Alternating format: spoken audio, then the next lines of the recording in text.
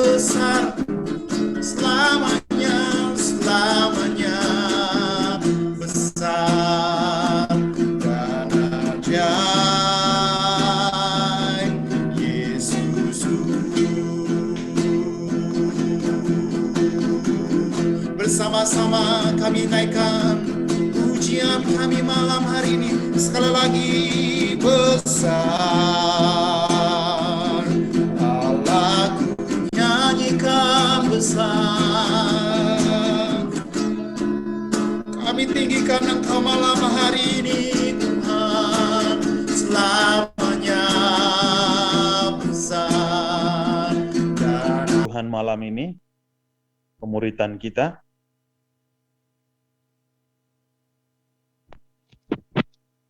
Bapa, kami mengucap syukur kepadamu Tuhan untuk setiap kesempatan yang Engkau berikan kepada kami. Malam hari ini Tuhan, dengan anugerah-Mu kami dapat bertemu melalui Zoom ini Tuhan, untuk mengenal Engkau lebih dalam melalui pemuritan pada malam hari ini Tuhan.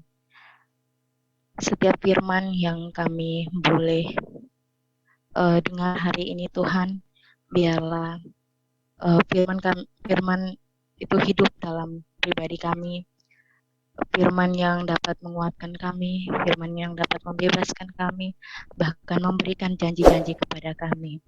Kami serahkan semuanya ke dalam tangan-Mu Tuhan. Biarlah karunia baru, pengurapan yang baru boleh Engkau berikan kepada kami. Di dalam nama Yesus kami berdoa.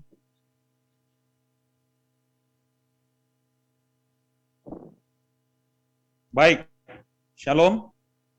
Shalom. Shalom. Ya, shalom semuanya. Puji Tuhan, kita bisa kembali bersama-sama di malam hari ini. Nah, saya percaya kita pasti diberkati Tuhan malam hari ini. Mungkin kita sapa dulu Om Pastor Daniel, Om Ping. Shalom. Shalom Pak Daniel. Shalom. Shalom Pastor. Shalom. Saya bisa sudah bisa. Jadikan host. Bisa. Supaya Sudah. saya bisa share screen. Sudah. Ya. Tadi ada bermasalah sedikit tapi sudah diperbaiki. Enggak. Sudah, coba dulu. Nggak bisa?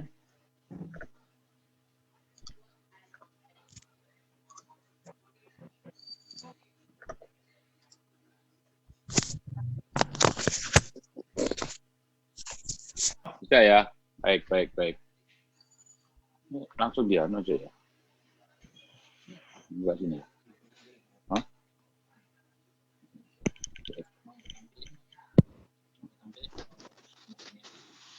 Ambilin dong.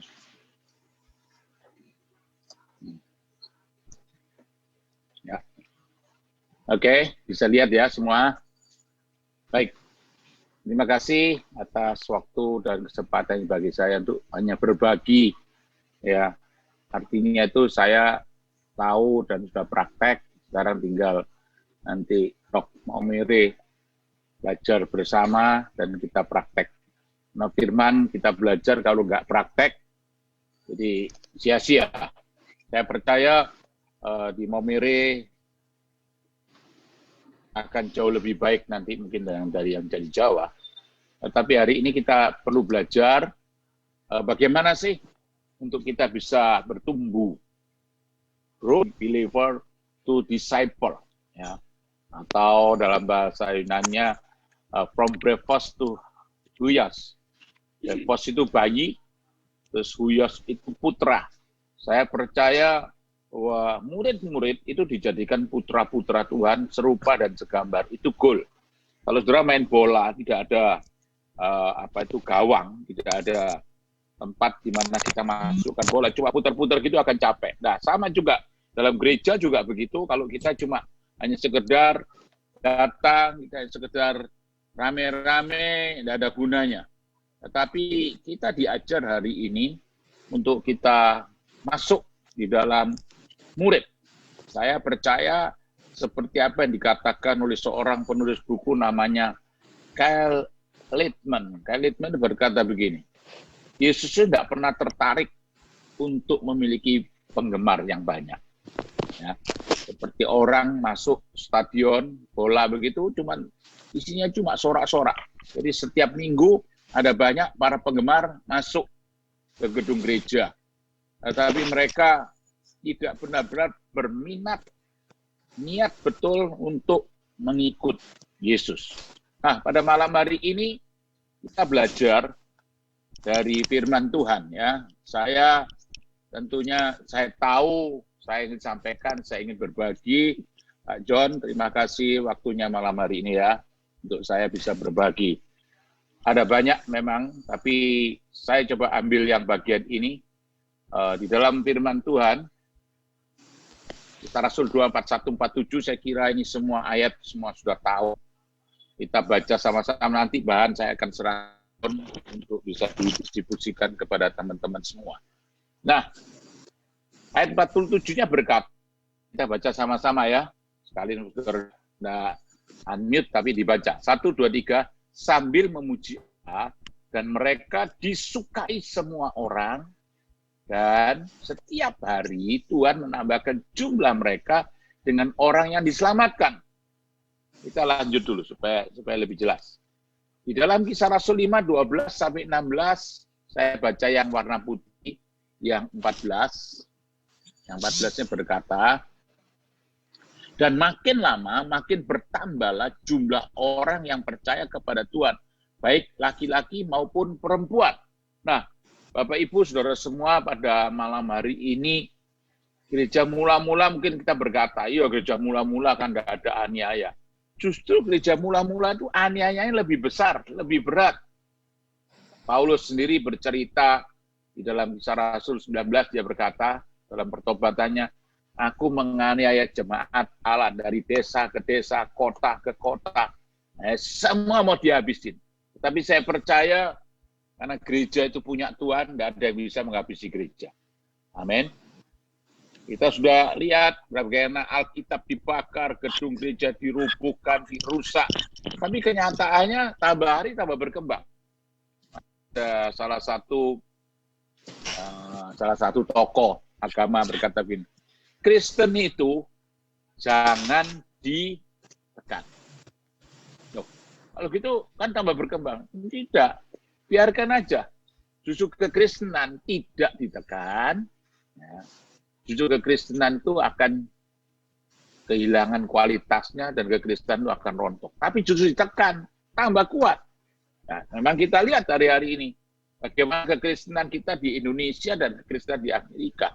So, jangan berpikir Amerika negara maju, tapi hari ini sedang dirusak habis-habisan. Nah, kita bersyukur di Indonesia ada aniaya, ada tekanan bahkan antar agama. Tetapi saya percaya, saudara yang di Maumere hari ini pasti dengan gempa yang sedang terjadi baru-baru ini akan lebih baik. Saya berkata amin. Ya, mari kita belajar hari ini apa yang dikatakan firman Tuhan. Makin lama makin bertambah. Kenapa ya gereja hari-hari ini kok tidak bertambah? Ya. Saya coba mengutip ungkapan dari seorang tokoh Hindu. Saya kutip begini. Ketika dia masuk ke gereja, dia mendengar cerita, dia mendengar pendeta berkhotbah, dia mendengar apa yang disampaikan oleh pendeta itu. Tetapi langsung dia keluar. Nah, saudara, ada sebuah kutipannya. Jika kehidupan orang Kristen mengikuti teladan Kristus, seluruh dunia akan menjadi Kristen. Jadi kekurangan kita hari ini apa? Kekurangan kita hari ini tidak menjadi teladan. Bahkan dikatakan oleh seorang surveyor dari pertumbuhan gereja namanya Josh Barna. Ya. Dia mensurvei 1.000 gereja dari 5 benua, kemudian saya tidak tahu berapa banyak denominasi, ternyata perbedaan Kristen dan tidak Kristen itu sedikit sekali. Tapi kenapa ya gereja mula-mula bisa berkembang, bisa dengan pesat sekalipun menghadapi aniaya. Nah, Bapak Ibu, mari kita belajar hari ini. Apa sih rahasia kualitas di gereja mula-mula itu? Pasti ada rahasia. Nah, rahasianya yang hari ini kita perlu belajar bersama-sama. Saya ingin sampaikan, dari keempat Injil, Yesus mengatakan, percayalah kepadaku sebanyak 5 kali. Tapi Yesus mengatakan, ikutlah aku sebanyak 20 kali. Jadi percaya cuma 5 kali, tapi ikut aku itu sebanyak 20 kali. Ya, tentunya kalau semakin banyak diulang, itu semakin penting. Karena banyak orang percaya tidak ikut Tuhan. Karena ikut, kata di sini dalam matetes, itu berdampingan, berjalan begitu. Nah, dalam Kisah Rasul, kata orang percaya hanya ditulis 3 kali. Tetapi kata murid ditulis 30 kali. Semakin itu diulang, berarti itu semakin bertambah penting. Makanya hari ini kita harus belajar untuk mengikut menjadi murid. Bukan sekedar kita jadi orang percaya. Karena firman dari Amanat Agung kita sudah tahu, karena itu pergilah jadilah semua bangsa muridku. Ya. Ini perintah. Kalau ini perintah harus dikerjakan. Cuman seringkali orang tidak mantap di sini. Saya masih ingat ketika tahun 2003.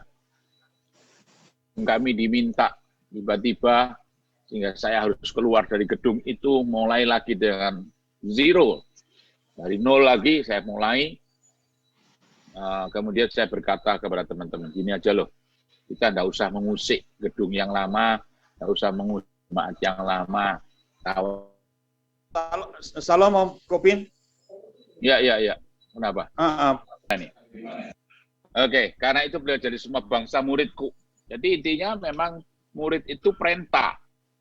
Itu harusan. Karena tidak jadikan semua bangsa penggemarku atau pengagumku, tapi murid. Berarti kita punya tugas di sana memuridkan. Nah, Bapak Ibu, saya tadi bersaksi ketika beberapa tahun yang lalu gereja kami diminta, itu luasnya hanya 400 meter, diminta. Kemudian saya berkata kepada teman-teman, oke, kita keluar aja, kita nggak usah ganggu yang lama, saya mulai dari nol. Nah, dibuktikan, memang jemaat itu dimuridkan. Kata ikut tadi, murid itu mesti ikut gurunya. Memang guru yang pertama adalah Tuhan Yesus. Tetapi pemimpin itu harus jadi guru. Ya, sehingga diikuti. Ya cuma hanya 90 kira-kira yang ikut kami ya 98%, hanya 2% tertinggal. Itu bisa dibuktikan.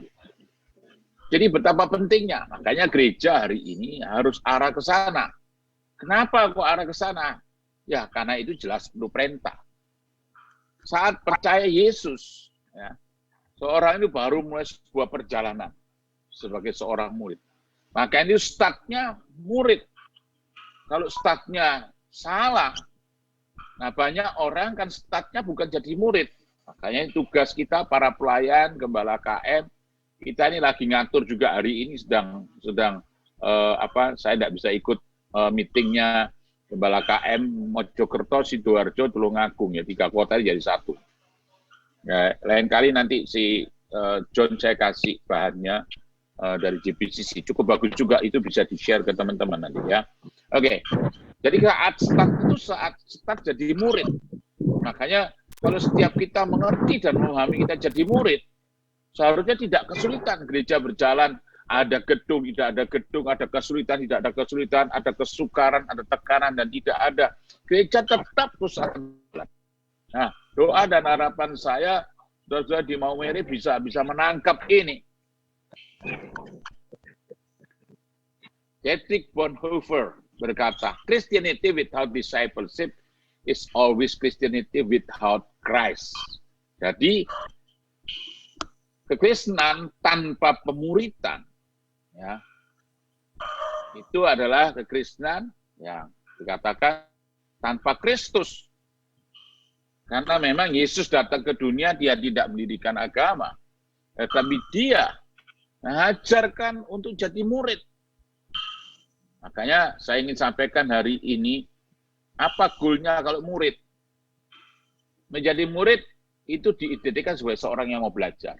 Nah, seperti malam hari ini, kita ini sedang belajar. Terambil waktu, ya, saya menyediakan waktu juga, kita belajar sama-sama. Ayat 25 berkata, cukuplah bagi seorang murid jika ia menjadi sama seperti gurunya, sama seperti Yesus. Makanya itu goal, akhirnya kita harus ke sana. Murid harus sama seperti gurunya.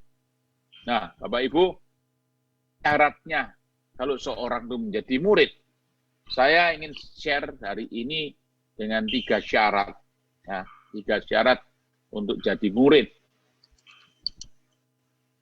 Sama, orang mau masuk dari ketenteraan harus ada syaratnya. Syarat itu harus dipenuhi.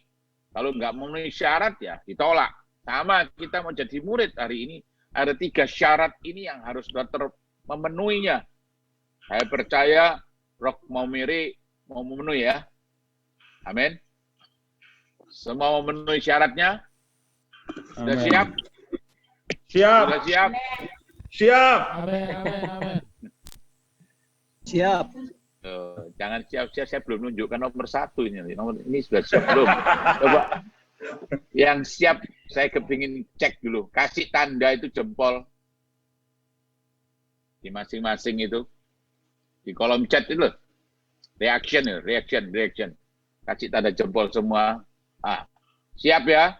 Kalau siap saya akan lanjut. Kalau nggak siap ya, dengerin di sini ngapain di sini? Karena penting sekali. Kalau saudara nggak siap, saya bicara untuk poin 1, syarat yang pertama saja. Saudara tidak memenuhi, gagal lah. Sama tadi dalam ketenteraan, kalau 1 syarat saja tidak terpenuhi dengan baik, sudah gagal kita jadi tentara. Nah, ini saya berbicara kepada para perwira hari ini ya. Yang pertama, baik. Ini yang pertama. Siap. Coba kasih jempol kalau yang siap. Ini kadang-kala itu bukan tanda mengasihi Tuhan, saudara. Itu hanya bagian yang dimana saudara nyatakan dalam sebuah tindakan. Ini syaratnya siap ya. Katakan amin kalau siap. Kasih jempol lagi. Karena ini kelompok pembelajaran. Kasih jempol. Sudah? Siap? Baik, kita lanjut. Kita baca sama-sama di Lukas 14 ayat 25-27. Pada suatu kali banyak orang berduyun-duyun mengikut dalam perjalanannya. Sambil berpaling ia berkata kepada mereka. Jadi Yesus berpaling, lihat mereka yang ikut. Jikalau seorang datang kepadaku dan ia tidak membenci bapaknya, ibunya, istrinya, anak-anaknya, saudara-saudara laki-laki atau perempuan, bahkan nyawa sendiri, ia tidak dapat menjadi muridku. Wih, berat sekali loh ini. Saya mau tanya, masih siap? Jikalau seorang datang kepada dan tidak membenci bapaknya atau ibunya, istrinya, anak-anaknya, saudara-saudaranya, laki-laki dan perempuan, bahkan nyawanya sendiri, ia tidak dapat menjadi muridku, kata firman Allah. Kalau ditanya lagi, masih mau lanjut? Ini nggak main-main, saudara. Ya, mungkin terjemahan ini, lupa kok disuruh membenci sih. Saya coba mengutip terjemahan yang lain.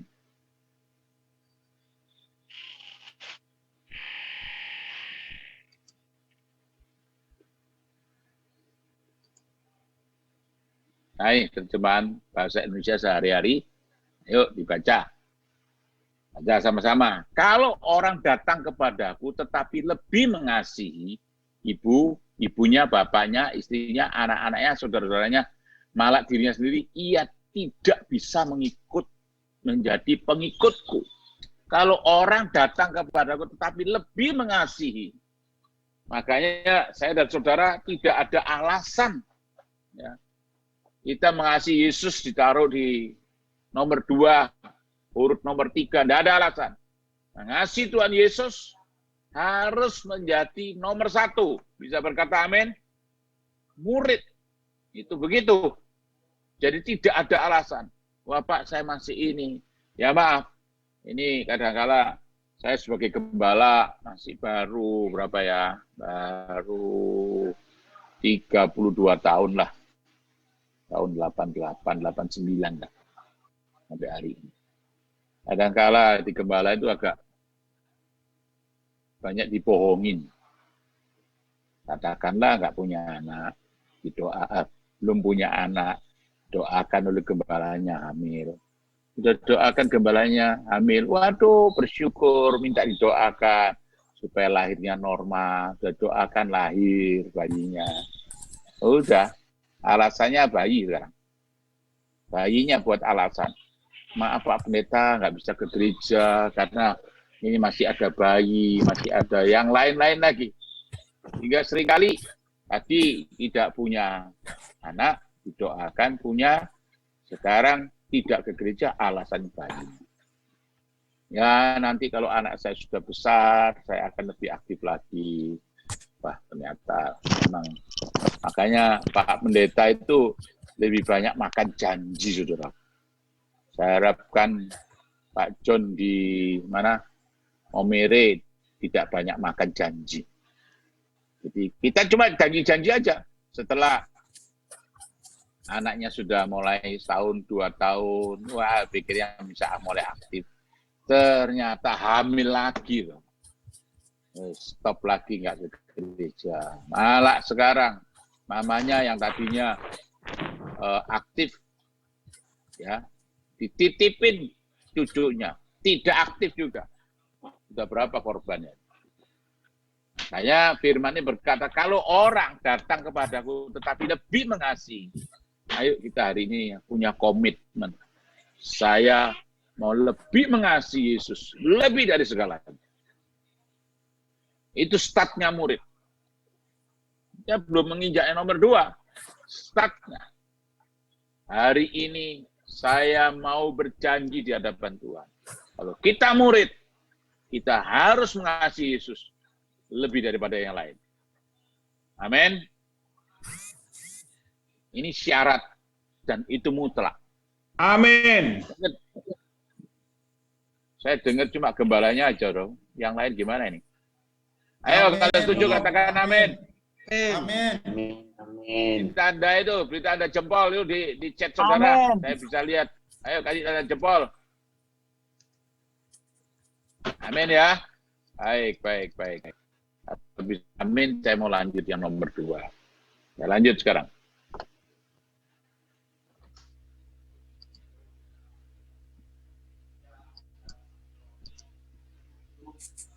Nomor 2. Belajar menyangkal diri dan memikul salib. Belajar. Saya katakan belajar kenapa? Saya pun masih belajar. Terus belajar. Murid tidak boleh berhenti belajar. Kenapa? Goal kita harus menjadi sama seperti guru kita nanti. Yang kedua ini, belajar menyangkal diri dan memikul salib setiap hari. Bukan setiap minggu. Masalahnya orang Kristen kan setiap minggu, bro. Jadi kalau minggu dia pasang salib, tapi hari raya dia tidak mau pasang salib.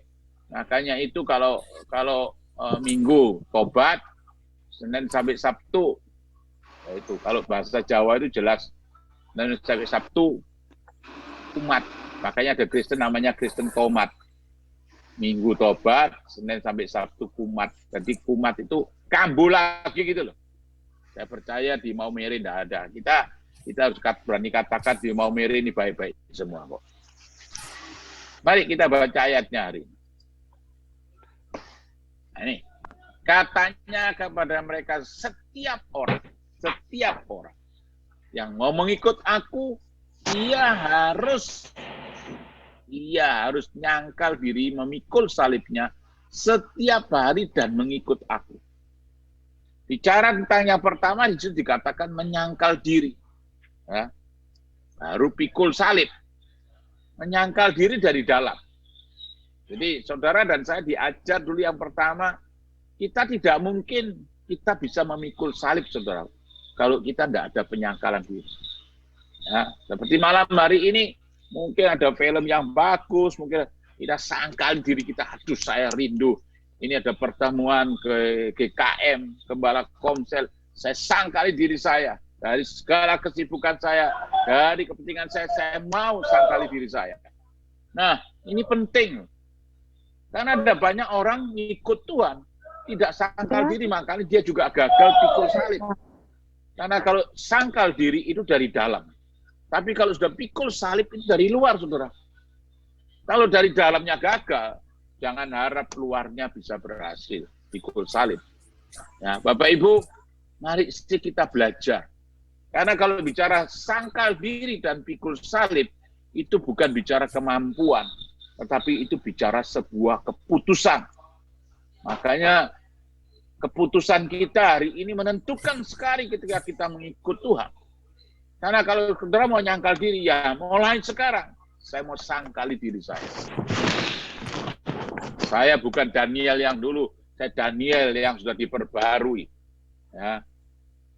Kenapa? Kalau yang dulu pelit, sekarang kikir. Amin. Kalau yang dulu pemarah, sekarang malah suka ngamuk. Kira-kira gitu ya, amin. Kalau dulu pelit, sekarang perhati. Kalau dulu pendendam, sekarang kita pengampun. Itu sangkal diri, itu dalam, loh. Dalam. Makanya jangan pernah berkata, oh saya mampu pikul salib. Kalau yang dalam sangkal diri aja tidak sukses, jangan pernah harap pikul salib itu sukses. Karena masing-masing sudah punya ukuran. Setiap saya dan saudara sudah punya ukuran salib yang Tuhan taruh di masing-masing kita. Tetapi, kalau kita bicara tentang memikul salib, sangkal diri dan pikul salib, itu bicara tentang gaya hidup kita. Nah, ini yang harus terus-menerus kita lakukan. Makanya kita jangan toleh kiri kanan, salibmu ringan, salibku berat. Tidak ada, semua punya ukuran salib. Makanya minta pada Tuhan kekuatan untuk kita bisa memikul salib. Karena kalau sudah sangkal diri, kita memikul salib, baru akan sukses. Nah, satu kali ada sebuah perjalanan, ya, semua dikasih salib. Ketika semua dikasih salib, salib. Kemudian ada orang berkata, salibnya dia kok lebih pendek ya, salibku kok lebih panjang ya. Akhirnya dia potong salibnya, jadi pendek, lebih kurang lagi. Terus dia lihat orang lain, loh kok itu lebih ringan ya, lebih pendek, punya saya ini terlalu panjang, potong lagi. Terus sampai akhirnya tibalah di ujung perjalanan itu. Ya. Malaikat berkata, sekarang untuk kita nyebrang antara tempat satu ini ke depan sana, kita menyeberangnya, pasanglah salib masing-masing. Nah, orang yang satu ini karena salibnya sudah dipotong semua, sudah dipotong-potong jadi pendek, sehingga salibnya tidak menjangkau ke tempat tujuan yang ada di seberang. Wah, semua bisa nyebrang pakai salib yang dipanggulnya, ya. Sementara dia tidak bisa karena dipotong. Nah, itulah ada banyak orang Kristen gagal, saudara. Ketika kita mengiring Tuhan. Saudara, saya bisa berkata demikian. Sudah ada banyak yang sudah saya kerjakan. Kadang-kala memang harus berhadapan. Sangkal diri yang saya katakan dari dalam. Kalau pikul salib dari luar yang harus kita lakukan. Dan tadi ayatnya berkata setiap hari. Makanya saudara kalau mau jadi murid, setiap hari harus sangkal diri, setiap hari harus pikul salib. Bukan seminggu sekali. Nah, gagalnya kita ini kan seminggu sekali. Kalau sudah minggu, itu kayak malaikat semua. Tapi Senin sampai Sabtu kayak setan semua. Tapi saya percaya tidak ada di sini loh. Amin ya. Amin. Amin, Om. Amin. Murid, Amin. Kayak setan. Di sini tidak. di sini tidak. Ya baik. Karena tanpa penyangkalan diri, memikul salib, seorang percaya ya, sulit untuk bertumbuh menjadi seorang murid. Karena bicara menjadi murid, itu nanti akhirnya harus menjadi seperti Kristus. Ayo kita belajar. Tadi saya katakan dari awal, kita semua belajar. Seorang murid tidak pernah berhenti dalam hal belajar. Saya dan saudara harus terus belajar. Sampai kapan, Pak? Ya, sampai akhir. Coba urutannya di sini ya, saya lanjut ini urutannya. Nah, urutannya ini dimulai dari anak bayi, terus anak-anak, anak remaja, dan putra. Jadi saya katakan dari brephos kepada huios. Ini proses panjang. Oke, kita bukan anak bayi lagi. Oh, anak-anak, baik. Tapi sudah meningkat lagi. Padion, ini anak remaja. Tema bulan ini dari rock, 3 bulan ke depan ini young men kalau tidak salah ya, betul ya? Nah, kemudian putra, kita dibawa pada bagian yang terakhir ini, putra. Karena itu doa dan harapan saya, kita semua adalah putra-putra kerajaan Allah. Yang ditaruh di Maumere. Jangan takut dengan kesulitan, jangan takut dengan tantangan, jangan takut dengan tekanan apapun. Saya percaya semua di tempat dimanapun kita berada, seorang murid pasti diberkati Tuhan. Bisa berkata amin? Amin. Oke, saya mau lanjut lagi. Sekarang nomor 3. Sudah siap? Tadi yang pertama masih ingat? Harus? Siap. Harus apa nomor 1 tadi loh? Mengasihi Tuhan lebih dari apapun. Yang kedua, harus belajar menyangkal diri dan pikul salib setiap hari. Saya ingatkan sekali lagi, setiap hari. Sekarang yang ketiga.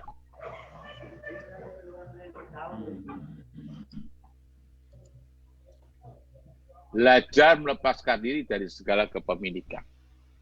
Murid tidak punya milik. Makanya siap. Wow. Siap. Karena ini kita mesti belajar. Karena di dalam konsep kerajaan Allah, tidak ada kepemilikan. Ya. Rock Maumere itu bukan miliknya Johnny Darung, Ya. tapi itu milik Tuhan. Kita hanya diberikan hak pengelolaan. Pak, saya akan bacakan ayatnya dulu. Demikian pula lah tiap-tiap orang di antara kamu yang tidak melepaskan dirinya tidak dapat menjadi muridku. Jadi kalau mau jadi seorang murid, harus belajar melepaskan apa? Melepaskan kepemilikan. Makanya saya katakan, orang kalau bisa melepaskan kepemilikannya, ya, itu layak jadi murid. Tapi kalau belum bisa, tidak layak disebut jadi murid. Makanya seringkali gereja jemaat itu ribut dengan gereja yang lain karena punya milik, saudaraku. Saya masih ingat itu awal-awal saya di kota Mojokerto. Nah, jemaatnya cuma 11 orang. Saya rintis 11 orang. Kemudian datanglah satu rombongan jemaat 32, 34 datang. Tapi semuanya orang ini gelandangan. Karena ada persekutuan gelandangan, ngumpulin orang-orang gelandangan begitu, kemudian diserahkan gereja kami. Akhirnya di gereja besar lebih besar, terus gereja kami. Tapi saya sampai hari ini loh, ketika gelandangan ini pindah dari gereja A tadi ke gereja kami, nah, gembalanya tidak cari itu. Tapi satu orang yang berduit dicari, waduh saya bingung. Ya, apa sih motivasi kita melayani Tuhan hari ini? Ya, tidak punya milik. Saya harap, ayo kita belajar melepaskan diri dari segala kepemilikan. Dititipin banyak, tidak sombong. Ya, kenapa? Karena tidak punya milik. Saya tidak percaya belajar dari tukang parkir itu. Tahu tukang parkir dah? Coba tukang parkir dititipi mobil 10 bisa sombong dia? Nggak bisa. Kenapa? Karena Anda ikut punya mobil. Betul ya? Nah sama. Kalau Tuhan hari ini sedang menitipkan kepada saudara, apa saja, kalau saudara tidak punya milik, saudara tidak bakal sombong. Makanya, kenapa sih orang pelit memberi? Karena punya milik. Kalau saudara tidak punya milik, gampang sekali kita memberikan berkat, gampang sekali kita melepaskan kekayaan. Makanya, saya coba mengutip perkataan Billy Graham. Billy Graham berkata di sini, atau pakai bahasa, sorry.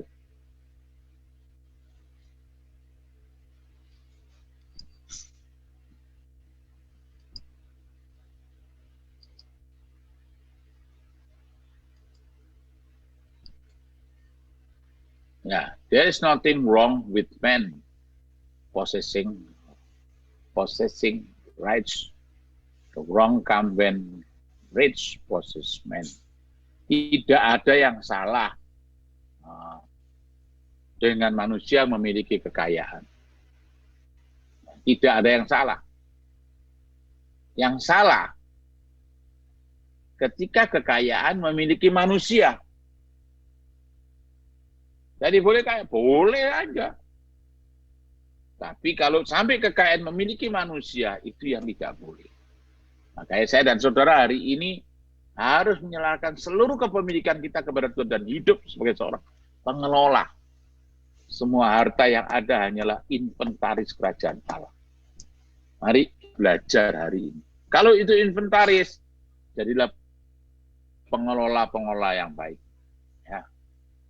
Ya, kalau hari ini saya kemarin berkata kepada beberapa hamba Tuhan, karena kemarin kita habis sidang MD ya, yang ngomong gini.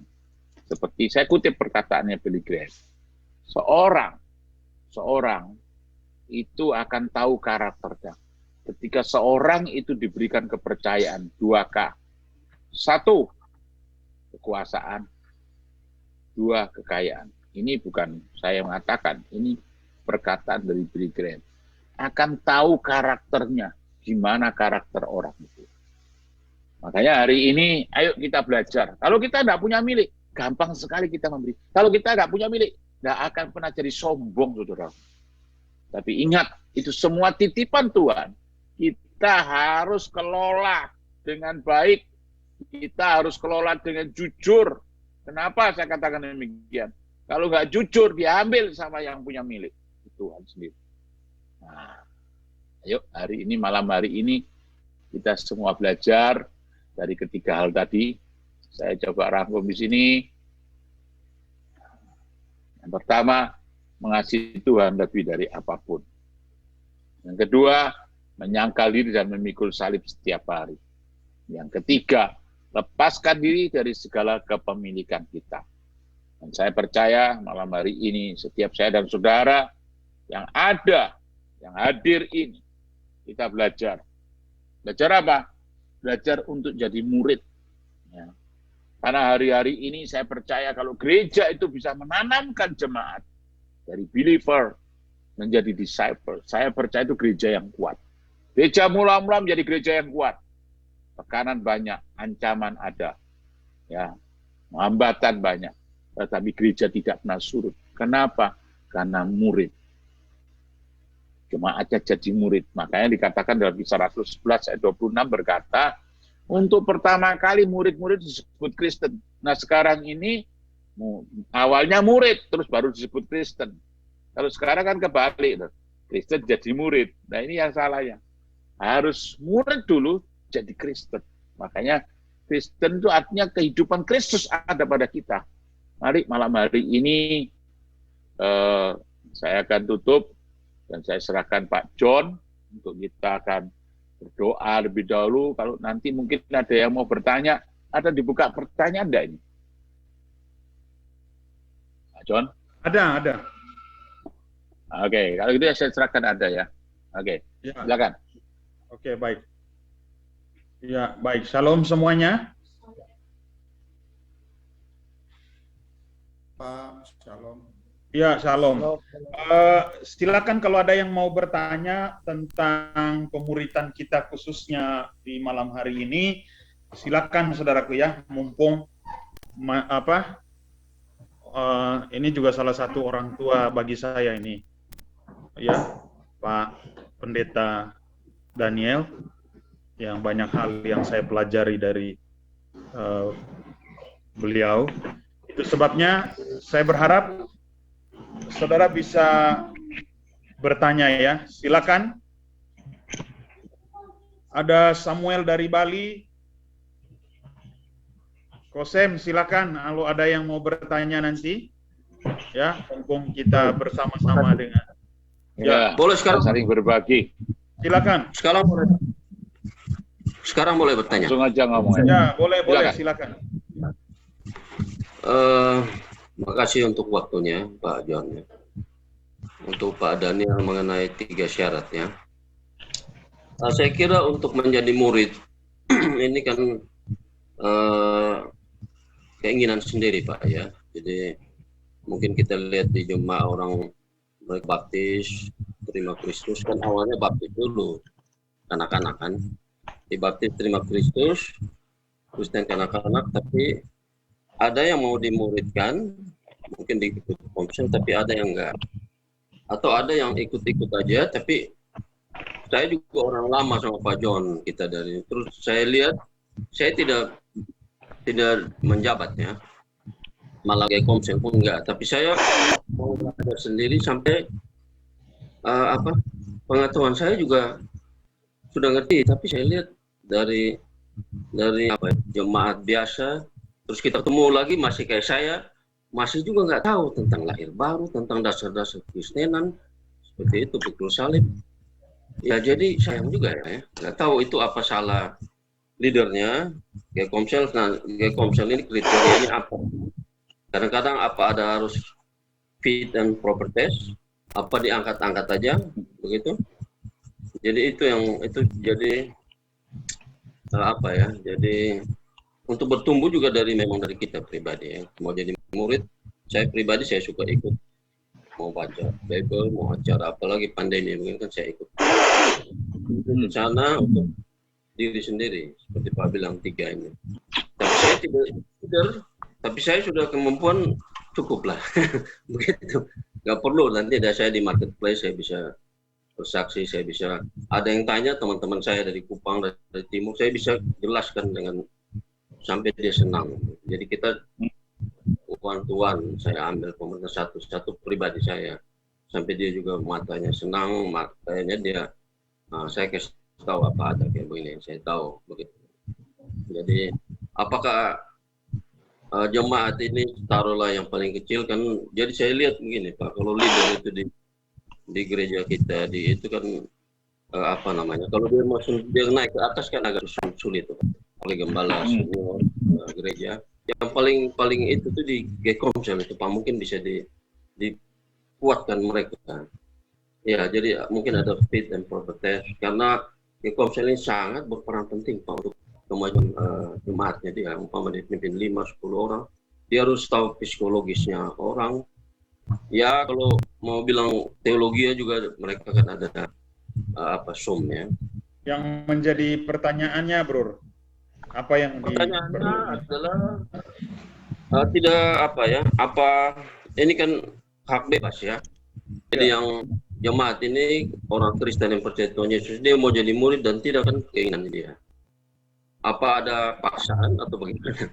Untuk menjadi murid kan kita jadi terpaksa, karena saya lihat ketemu orang ini, menurut saya sudah lebih paham tuh di floor kok nggak tahu begitu, nggak bisa seperti saya, begitu kan saya, orangnya udah keluarga. Apakah ada paksaan? Baik, oke Bro, silakan. Ada paksaan atau tidak? Atau diharuskan kan ini kan keinginan bebas bertumbuh kan. Oke, baik. Anak-anak kan begitu. Oke. Karena di gereja kan tidak ada, kalau ada Zoom kita mau ikut, kalau enggak kan juga nanti kan anak-anak. Kira-kira begitu. Betul. Siap Bro, ya. Oke. Silakan Pastor. Ya, jadi begini. Kalau kita bicara tentang pemuritan, Yang ada hari ini, kalau saya boleh katakan, pemuritan adalah konsep Yunani, bukan konsep Ibrani. Kenapa? Ya seringkali kita pikirnya itu duduk di kelas, di bangku yang teratur begitu, kita duduk ada guru. Itu pemuritan adalah yang saya dikatakan adalah konsep Yunani. Sebenarnya pemuritan yang dimaksud Yesus adalah konsep Ibrani.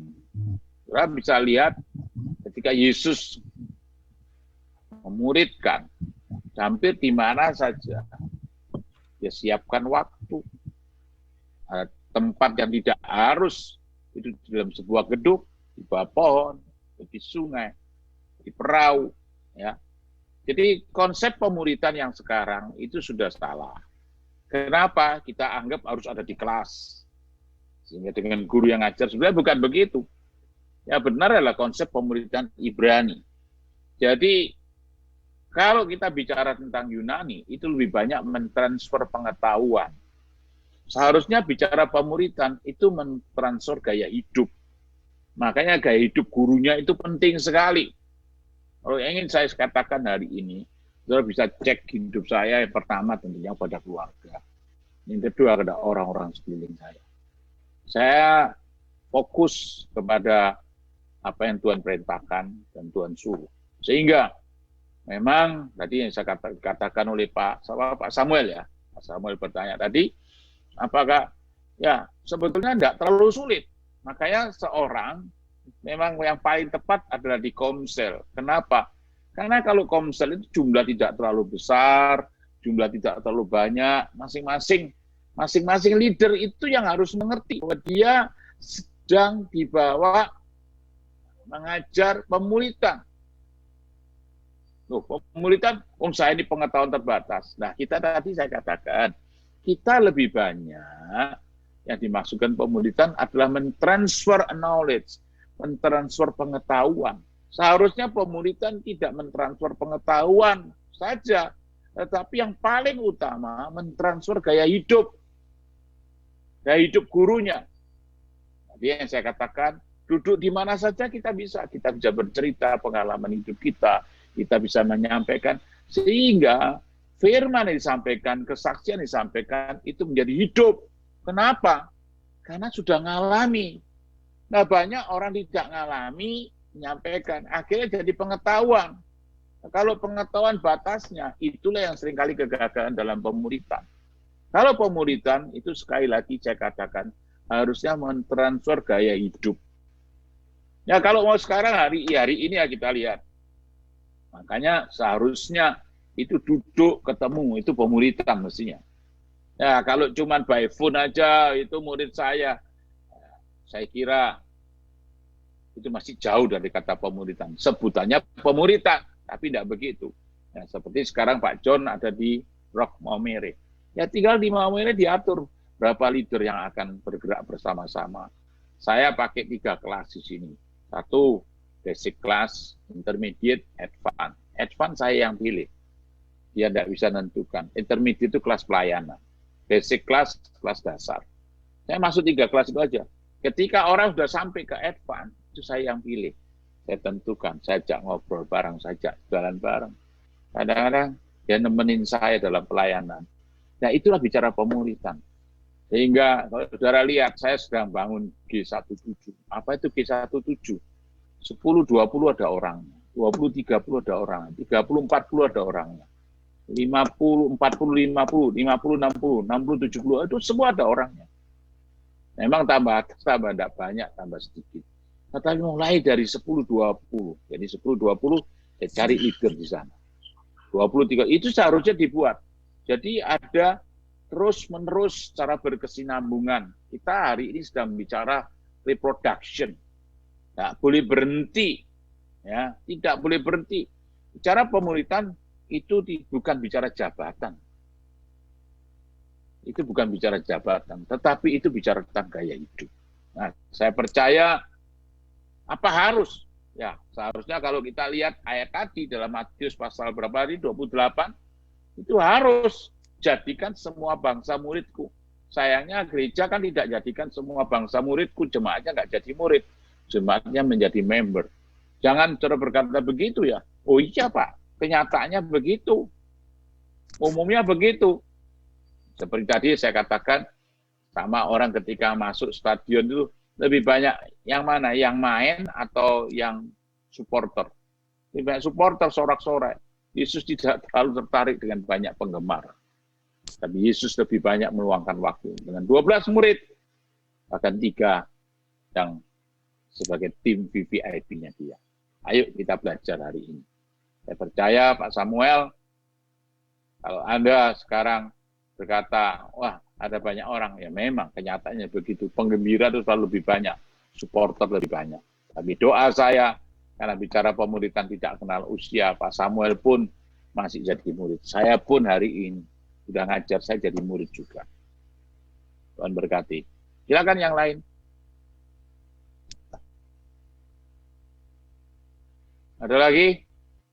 Ada lagi yang lain, silakan yang mau bertanya tentang pemuritan ya, khususnya untuk pemuritan. Beberapa poin ini sangat bagus sekali. Ini kan masih ada poin yang lain ini. Nanti akan dilanjutkan. Mungkin saya mau Ya bicara nanti Ban tak share. Ya. tambahan sedikit mungkin, Pak. Ya, silakan. Jadi Pak Daniel, saya pikir pengetahuan perlu juga untuk dasar-dasar kekristenan, ya kan Pak John? Untuk taruhlah leader yang paling bawah gereja ini kan kayak konsel, mengcoaching membernya, anggota kan 10-5 orang, begitu. Jadi pengetahuan dasar-dasar, terus mungkin dipantau ya. Kalau gaya hidup saya pikir sudahlah, karena biasa bersaksi kan bersaksi yang baik-baik, kira-kira begitu. Saya ditolong Tuhan apa begitu, bisnis gitu kira-kira. Jadi ya mungkin juga kan bisa sembunyi Pak kalau gaya hidup. Kan begitu. Kita gak tahu dia di luar bisnisnya bagaimana, tapi kalau di situ kan malaikat semua, kayak Pastor Daniel bilang kan, minggu malaikat kan sama tuh Pak, podo. Di Geokonsul kan malaikat juga, kira-kira begitu. Kita kan saksinya kan itu ngomongnya manis semua. Tapi menurut saya pengetahuan perlu. Jadi dari situ barometer untuk jadi knowledge dasar Kristen itu, terus mungkin dilihat, dikoreksi apa ya membernya begitu Pak. Jadi ya ini untuk Oke. ya kan. Jadi untuk kalau bicara pengetahuan perlu harus guru gitu nggak pakai diklat kalau sekolah. Jadi guru pantau gitu. Perkembangan anak ini kan kayak ada rapot tuh Pak. Oh merah dia matematika kan begitu. Bisa tuh sebenarnya di coaching gitu. Ini di sini ini yang soalnya ada kalau begini ada yang kaya tapi dia disuruh doa kagak bisa. Nah, dia bawa kue di situ, mata kita juga. Nah kita hormati dia, belum dia kasih persembahan cepet nopet taruh. Jadi kita para segan juga. Apalagi situ ada kan gabung, ada yang susah di maksud gitu. Tapi kalau kita sekolah guru, kita dulu dicubit-cubit benar nih kamu. Dulu SD gitu dicubit benar, matematika bisa dipukul kita. Gak mau tahu lu kaya miskin. Kalau lu masukin, kalau bodoh kan dipukul. Kira-kira begitu mungkin. Iya kan murid, kan dicubit murid kita di sekolah formal di sini. Tapi kalau kira-kira begitu. Ada yang buat. Kalau kagak nggak bisa. Sudah nangkap bro. Sudah kira-kira nangkap poinnya. Ya. Pastor John ya. Ya, thank you. Ya. Ya ini masukan lah ya untuk mengerik. Ya. Demikian Pak. Oke, jadi Pak John saya tambahkan. Ya. Knowledge itu sebagai dasar juga harus belajar. Tetapi mentransfer gaya hidup itu begitu. Kalau kita bicara doa, yang mentransfer tidak berdoa percuma. Nah, kita bicara tentang mengasihi Tuhan, tapi yang mentransfer tidak mengasihi Tuhan, itu saya kira sia-sia. Karena firman itu harus diaplikasikan. Seorang murid, yang saya katakan mengasihi Tuhan lebih dari apapun, ya itu belajar memang. Saya pun sampai hari masih belajar. Tapi saya pernah praktek, hal yang paling tidak enak. Sampai gembala saya itu bingung. Ya, saya kesusahan, saya habis makamkan orang yang saya cintai. Kemudian saya masih ke gereja pelayanan. Tapi gembala saya ngomong, nggak sedih. Sudah selesai, sudah lewat. Karena saya tahu, saya punya tugas, saya tidak bisa lepaskan itu. Nah, ini kalau bicara tentang layanan. Tetapi bicara penyangkalan diri, apa mudah? Tidak mudah. Orang nyangkal diri itu perubahan gaya hidup juga. Jadi gaya hidupnya pelit, sekarang suka memberi. Tadi pemarah, sekarang peramah. Tadinya pendendam, sekarang pemaaf. Itu perubahan. Makanya itu yang harus ditransfer sebagai seorang guru kepada muridnya. Nah, jadi saya katakan, alangkah baiknya memang itu lewat kelompok kecil. Makanya kelompok kecil itu harus diperkuat terus. Apa? Ya terserah saudara. Kalau di kami, mulai dari ada namanya komsel, jadi kompak. Komsel itu komunitas sel yang kecil. Komsal, komunitas saling. Kompak, ada komunitas yang berdampak. Nah ini memang harus ada tingkatannya. Kalau kita sudah jadi komsal, kita tingkatkan nanti. Jadi kompak. Kompak itu komunitas yang berdampak. Mempengaruhi siapa? Orang yang belum percaya. Nah, Bapak Ibu, mari kita belajar. Saya pun masih terus belajar. Ya. Oke, teman-teman yang lain silakan. Waktunya sampai jam berapa nih, Pak? Jam 9. Sampai mereka selesai bertanya. Kan mumpung ada waktu sama kami, toh sudah lama sekali. Ya. Baik, silakan ada yang mau bertanya lagi. Ada Ko Erik dari Ruteng itu, dari Mojokerto. Boleh bertanya, Pak? Silakan. Mari.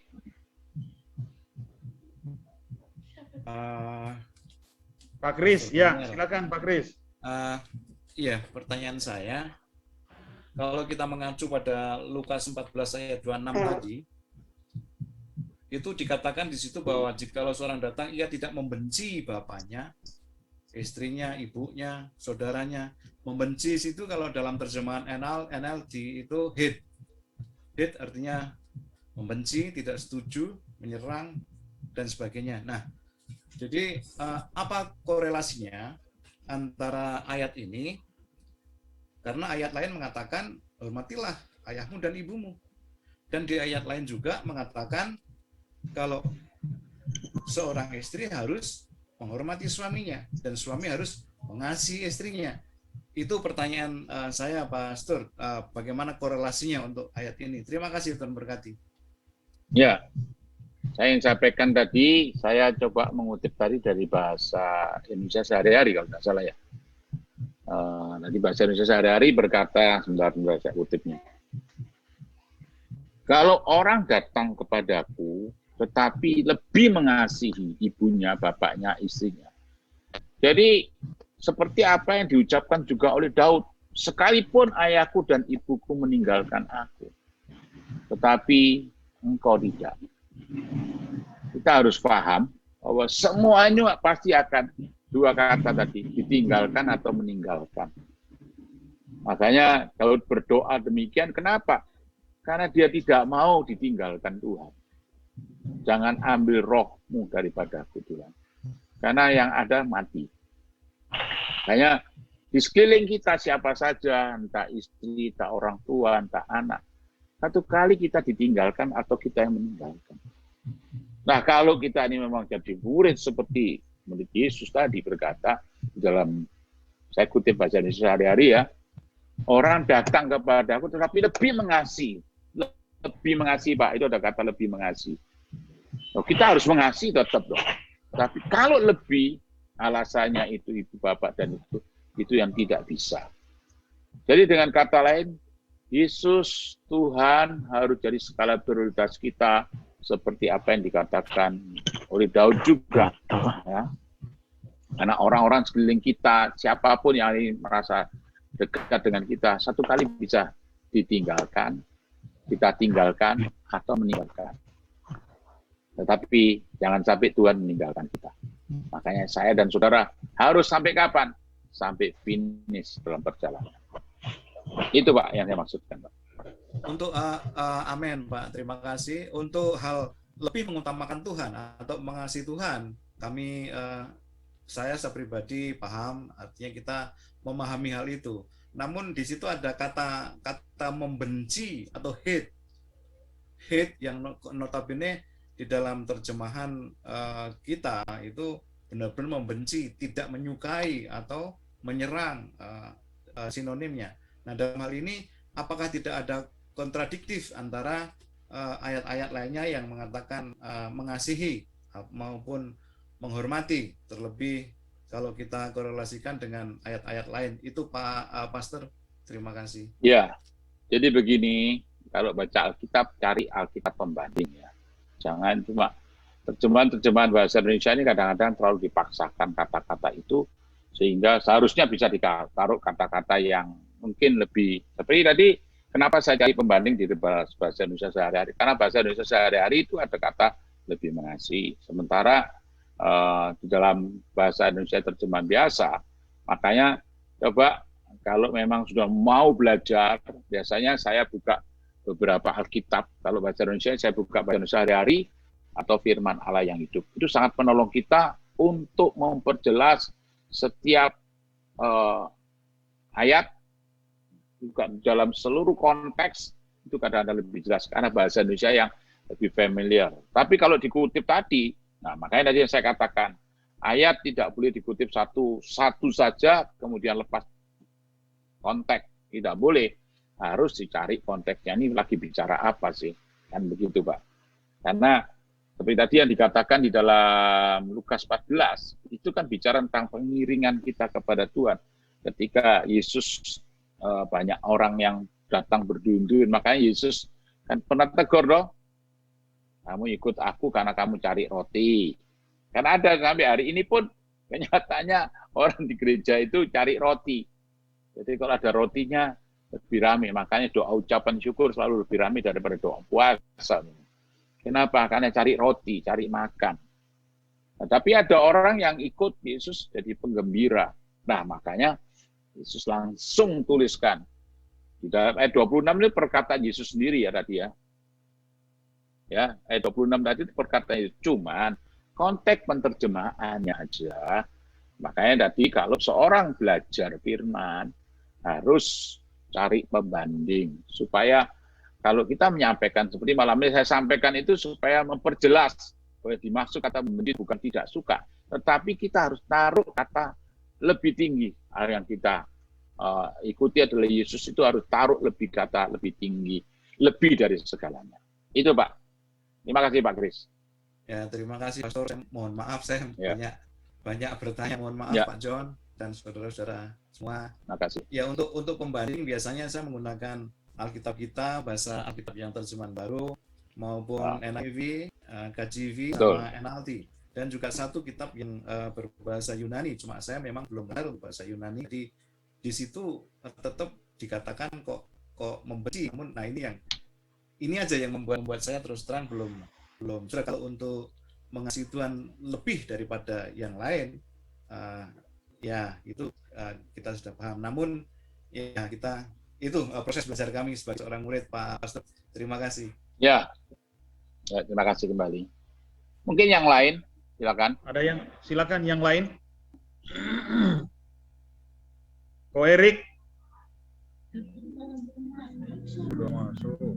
Ada. Silakan, ada yang mau bertanya? Halo, Umping. Yes. Siapa ini? Siapa itu? Erik. Oh iya ada. Iya.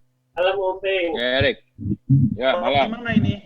Ya, kalau ngomong pemuritan itu, saya ini kan di Ruteng, Umping. Nah, saya itu di sini tuh nggak dapat pemuritan karena gereja sama pendetanya itu nggak memuridkan gitu loh.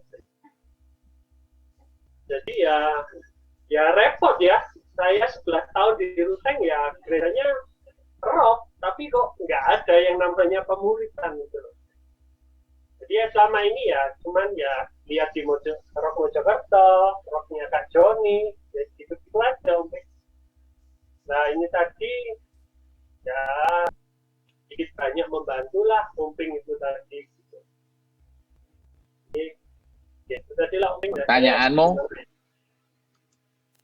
Pertanyaannya apa? Pertanyaannya apa yang harus saya lakukan kalau saya nggak dapat pemuritan? Begini, baik, saya akan jawab ya, saya coba jawab. Ruteng itu siapa ya, Pak Yunus ya? Ya. Ya, Yunus Timo ya? Ya. Oke. Jadi memang begini loh, seorang leader, apalagi kita di GBI ya, GBI itu kan nganut dua saja, sentralisasi dan desentralisasi. Makanya peranan pastor sebuah gereja lokal itu sangat penting sekali. Beda-beda dengan gereja yang sentralisasi. Makanya kita ini desentralisasi dan sentralisasi. Katakan, apa di sentral? Ya cuma kepejabatan kita. Betul loh, PDP, PDM, PDT. Ya. Terus apa lagi? Mungkin itu kita cantumkan kalau di kop surat ada Gereja Betel Indonesia, bla bla bla bla bla bla, itu aja. Itu yang sentral. Tapi yang desentralisasi, pengaturan sendiri. Ngatur apa? Ngatur jemaat, ngatur ibadah. Ya, banyak hal ya, di dalam pengaturan banyak. Termasuk keuangan. Nggak ada yang di sentral, nggak ada. Sekalipun ada tulisannya pedoman. Pedoman itu artinya kan bukan keharusan. Bisa dikerjakan cara ini. Nah ini memang ujung tombak gereja kita ini ada di gembala. Kalau gembalanya tidak nangkap, saya kira ya memang agak kesulitan. Gak apa-apa, nanti lain kali saya akan share dengan Pak Yunus Timo, gampang kok. Itu share. Karena memang itu harus dibangun terus dan itu butuh waktu. Ya. Saya juga ngeterapkan di dalam konsep di sini adalah tadi yang disebut Pak Samuel. Yang pertama, orang itu kita kan seringkali bicara tentang fathering. Fathering yang kita pakai adalah fathering sebutan. Tapi sebenarnya tidak ke situ arahnya. Ada 3 yang harus kita kerjakan. 1, lewat training. Nah, training tadi, saya tidak sembarangan milih guru, saudaraku. Yang ngalami, khotbah. Kalau enggak, janganlah. Kita kalau bicara teori, Google itu lebih banyak menjawab. Tapi yang mengalami, itu enggak banyak. Itu satu training. Training itu apa? Itu bicara knowledge management. Jadi yang disebut Pak Samuel, kalau kita ngikutkan training, seperti malam hari ini sebetulnya training. Ya, ada apapun yang sudah sebutkan di Zoom, di webinar ini, ya sudahlah, ini training. Karena saya sedang mentransfer knowledge management. Apa yang sudah saya alami, saya transferkan. Yang kedua itu mestinya ada C, yang berikutnya itu coaching. Apa itu coaching? Coaching itu bicara tentang potensi, kompetensi, manajemen. Jadi memang di gereja lokal harus dibuat itu. Karena tidak semua orang itu jadi pemimpin pujian, tidak semua orang jadi singer, tidak semua orang jadi pemusik, tidak semua orang jadi pengkhotbah, tidak semua orang juga nyambut jemaat. Tidak semua orang jadi pendoa. Makanya perlu di-coach. Gimana cara nge-coachnya? Nah, coachnya itu lain kali nanti tak bantulah. Kalau di coach itu artinya setiap orang, ya, setiap orang coaching itu potensinya, kompetensi itu harus lewat tes, akan ketahuan. Saya lebih banyak dibantu oleh power character, saudara, untuk tes itu. Karena bagaimana ada orang warna merah, warna kuning, warna hijau, warna ungu, itu semua nanti akan tentukan. Saya hari ini sedang coaching dan mentoring rumah sakit, satu perusahaan. Bayangkan pendeta, dokter-dokter sudah datang ke saya kemarin itu. Ya, untuk apa? Training, sekarang coaching.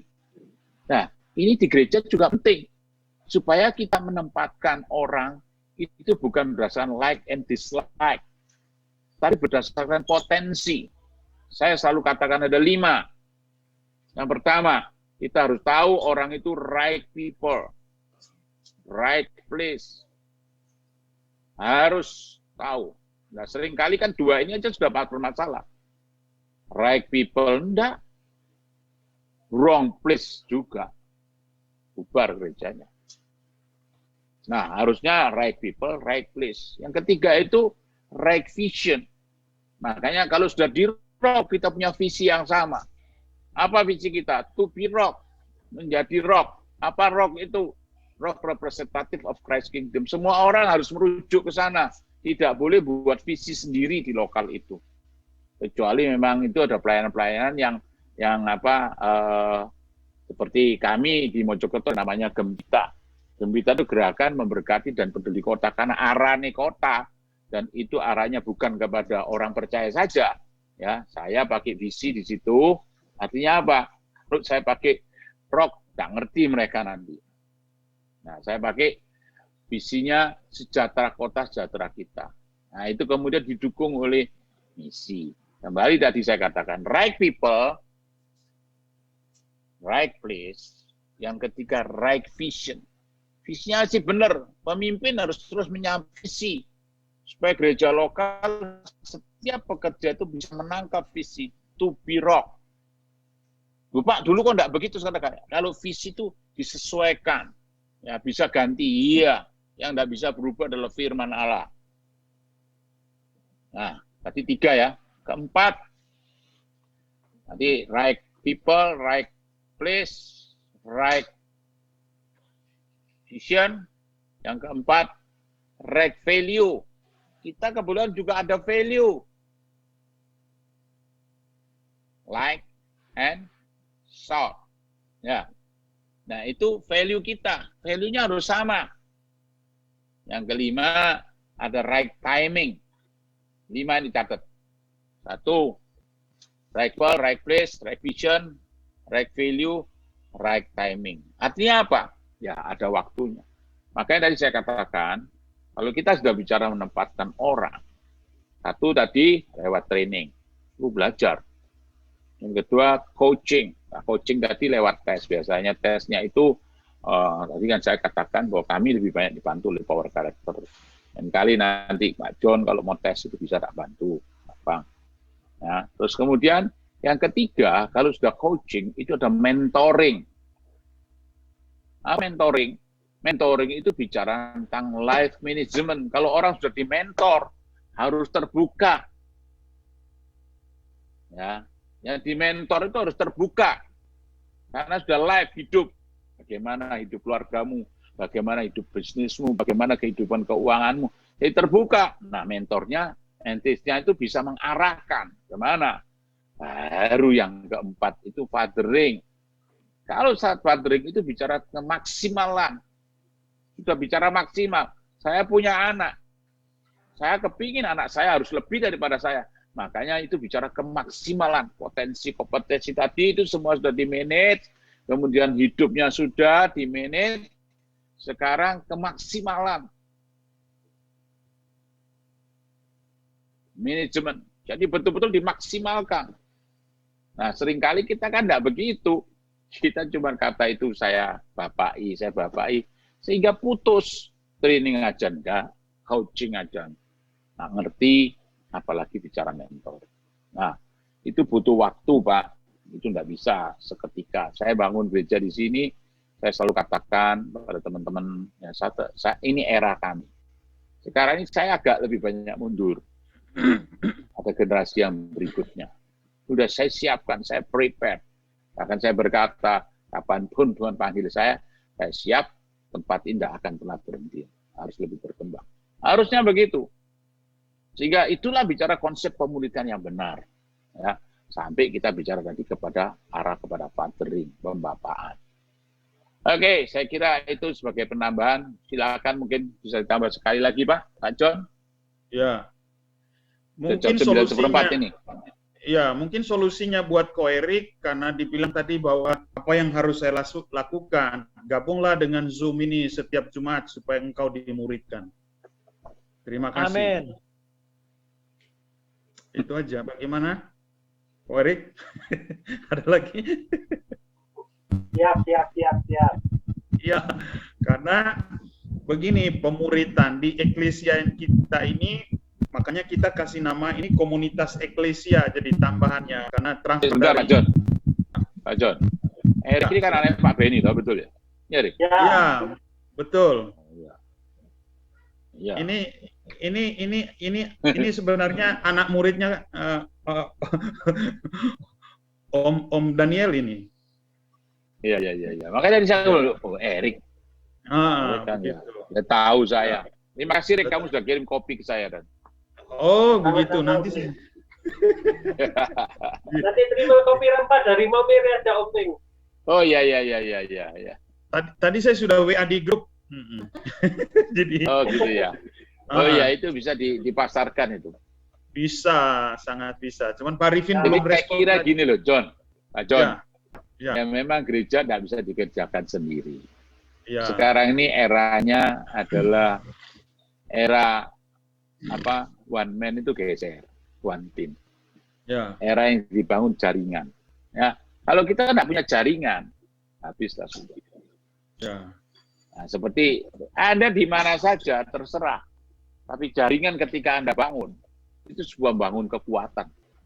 Jaringan saya, ya memang saya di rock, tapi jaringan saya lebih daripada itu ada orang-orang yang seperti tadi saya katakan, ketika saya mulai bangun namanya Gembita itu saya bangun kira-kira 18 tahun yang lalu. Hari ini namanya sudah familiar, di Pemkot sudah familiar. Malah saya katakan, kenapa? Ya karena nama itu sudah dikenal orang dan itu butuh waktu. Nah, ketika saya tadi katakan bahwa kalau itu sudah jaringan, seperti tadi isinya sejahtera kota. Bagaimana kita mensejahterakan kota? Pakai 5 misi. Ya, seperti kita juga begitu. Bagaimana untuk kita bisa mencapai roh? Ada 3 misi maksud saya, sorry. Yang pertama masih ingat ini semua pekerja harusnya tahu.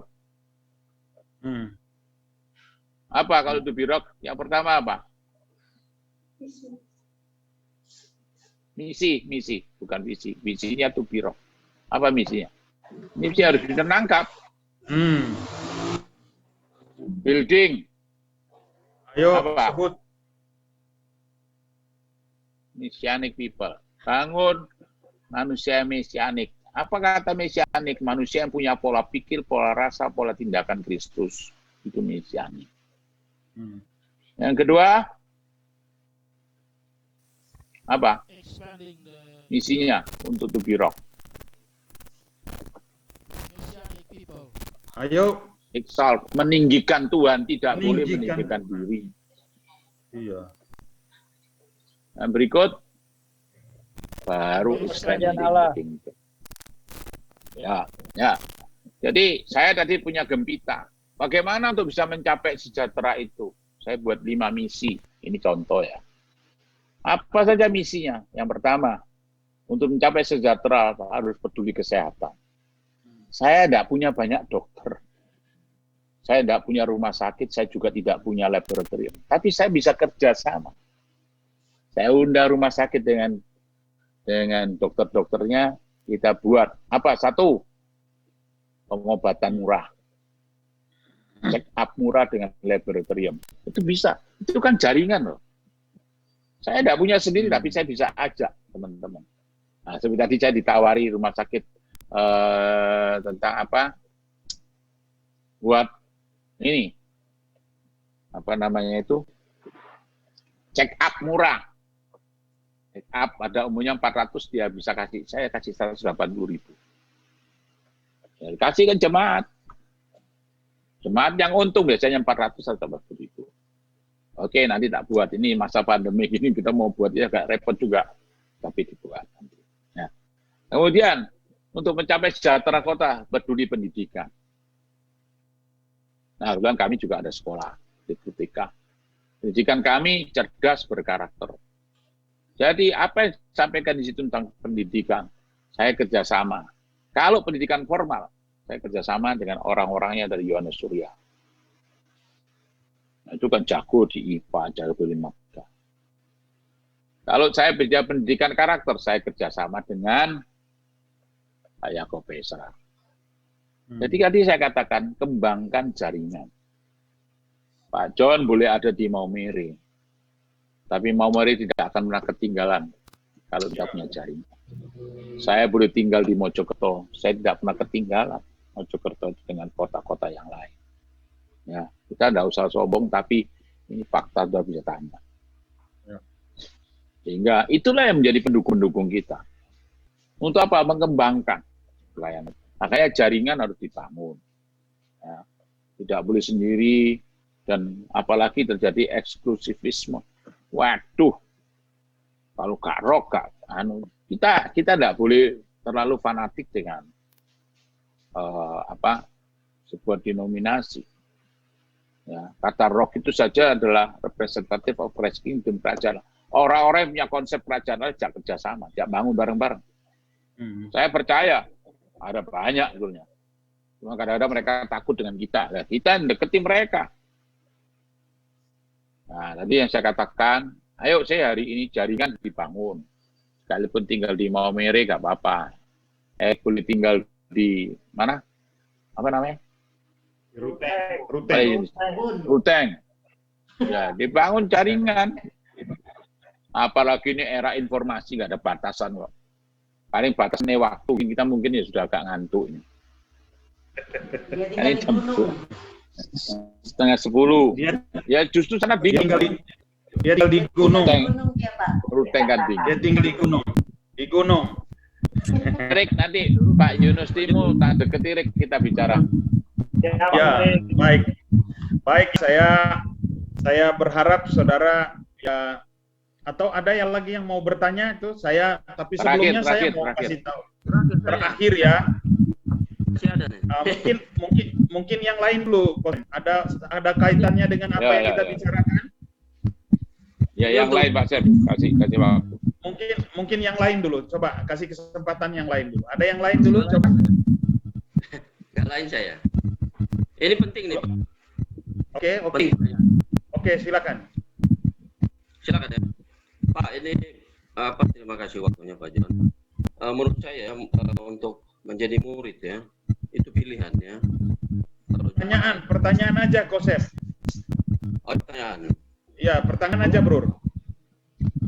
Apakah menjadi putra ini kita dilihat dari gaya hidup atau pengetahuan?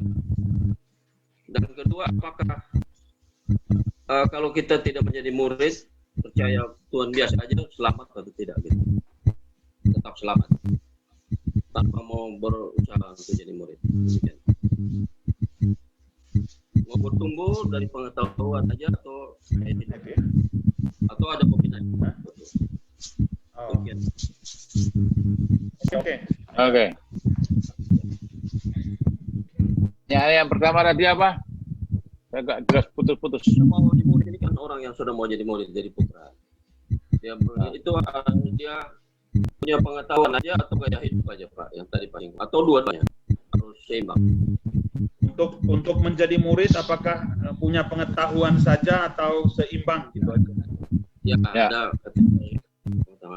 Jadi begini, kalau mau jadi murid, yang pertama tentunya ya belajar. Belajar itu kan bicara knowledge. Tapi kalau yang ngajar itu tidak ngalami, Pak, itu yang mentransfer pengetahuan. Sebaiknya yang ngajar itu ngalami dulu. Jadi sehingga tidak mentransfer pengetahuan saja, tapi mentransfer gaya hidup. Ini penting. Kalau yang katakan kita mau khotbah memberi saja. Kalau yang khotbah itu tidak jadi orang memberi, kita khotbah memberi, itu adalah reject firman. Kenapa saya katakan demikian? Karena firman kalau ngalami, disampaikan kepada orang lain itu pasti powerful. Nah, di dalam firman Tuhan, umat yang mengenal Allah. Kata mengenal ada dua, kata ginosko dan edo. Mengenal, kalau bicara ginosko itu bicara tentang knowledge, pengetahuan. Kata edo, kata mengenal, itu bicara mengalami. Seperti begini, kota saya Mojokerto ke Surabaya, itu 30 menit sampai warung.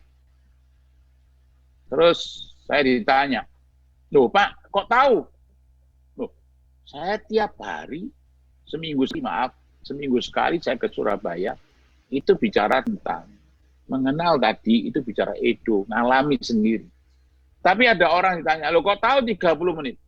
Dari mana? Ya informasi. Informasi apa itu? Ada brosurnya, ada orang-orang. Loh kamu pernah ngalami? Enggak pernah. Nah itu jadi pengetahuan. Jadi dua itu harus diperpadukan. Tetapi sangat powerful. Makanya Yesus itu Tuhan yang ngalami mentransfer kehidupannya kepada para murid. Coba Alkitab berkata, banyak yang dipanggil, sedikit yang dipilih. Kalau sudah bicara murid, itu pilihan, Pak. Makanya itu Alkitab selalu dibagi 3.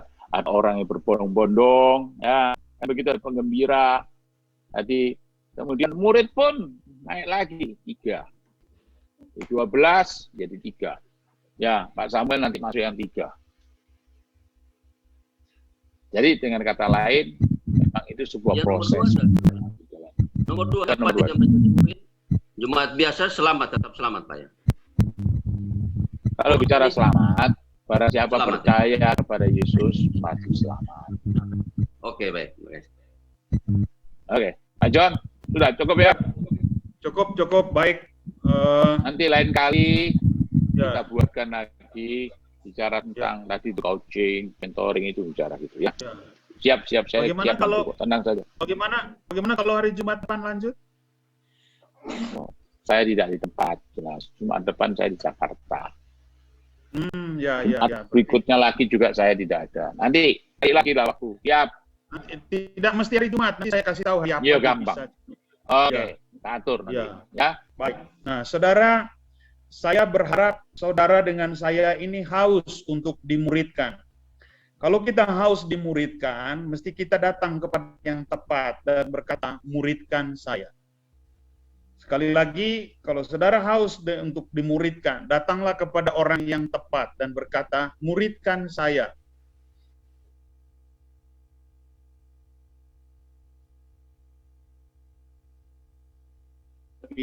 Bilang, saya melakukan, kamu melihat.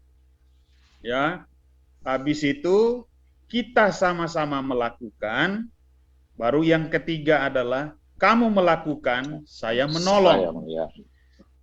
Ya, sekali lagi yang pertama itu adalah saya melakukan, kamu melihat. Baru yang kedua adalah kita sama-sama melakukan. Sekali lagi kita sama-sama melakukan.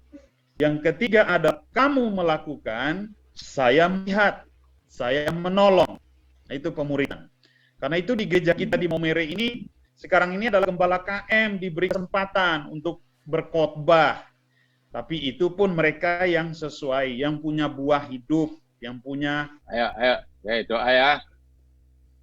Tuhan, kami bersyukur malam hari ini untuk rekan-rekan kami. Biarlah hamba sudah berbagi apa yang hamba sudah alami, yang malam hari ini akan dialami juga untuk setiap kami yang hadir di dalam link Zoom dari Rock Maumere. Kami percaya Tuhan memberkati Pastor Johnny Darung bersama rekan-rekan kerja yang lain, biar bangun sebuah tim yang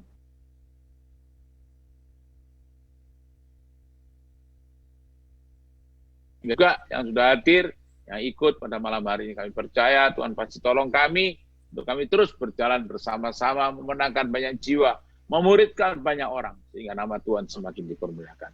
Berkatalah Bapa, Allah, Anak, Roh Kudus turun atas kami semua. Biarlah kami menyerahkan pribadi lepas pribadi. Mari kita angkat tangan kita. Terimalah segala berkat surgawi turun atasmu, berkat dari Raja di atas segala Raja, Tuhan kami Yesus Kristus yang akan memerintah dalam hidupmu hari ini sepanjang hari, bahkan sampai Tuhan datang kedua kali. Semua yang percaya dan diberkati, katakan amin. Amin. Tuhan berkati Pak Samuel, Pak Chris, Tuhan berkati. Sampai ketemu ya. Yuk. Sampai ketemu. Yuk. Nanti tak share itu bahan saya tadi. Kita dibagikan kepada yang lain ya. Oke. Ya. Yuk, salam. Salam buat semuanya. Terima kasih. Ya. Besok Minggu kita dilayani oleh Bapak Hormidas. Ya. Namanya keren sekali. Keren Erik. namanya. Sampai ketemu, Erik. Ya Om Bing, sampai ketemu. Yuk. Ya. Erik ini juru bicara sebenarnya, Erik. Kak Joni jangan ketawa-ketawa, itu temannya Kak Joni itu yang diurusan itu. Itu temannya Kak Joni itu yang diurusan itu. Jangan ketawa-ketawa, itu temannya Kak Joni itu. Ya, puji Tuhan ya, kita punya tim yang luar biasa. Ya, saya bersyukur nih semua. Ya. Baik, terima kasih Oke, Kopi, ya, Tuhan ya, berkati. Ya. Yo. Kita bicara, saudaraku ya, Tuhan memberkati. Besok kita akan dilayani oleh Ibu Sharon dari Amerika, seorang misionaris yang sekarang ini sedang ada di Adonara. Saya minta tadi, spirit mereka sangat luar biasa menjangkau orang. Mereka telepon saya, mereka punya hati untuk ada di Flores, dari Labuan Bajo sampai ke Adonara. Dan mereka akan masuk ke setiap kabupaten, mengirimi tim untuk penginjilan. Saya bilang kita siap untuk kerjasama. Kalau orang Amerika punya hati untuk Flores, masa orang tinggal di Flores tidak punya hati untuk Flores? Kalau saudara tidak punya hati untuk Flores, tinggalkan Flores, jangan tinggal di Flores. Ya, itu pesan saya malam hari ini. Tuhan memberkati kita semua.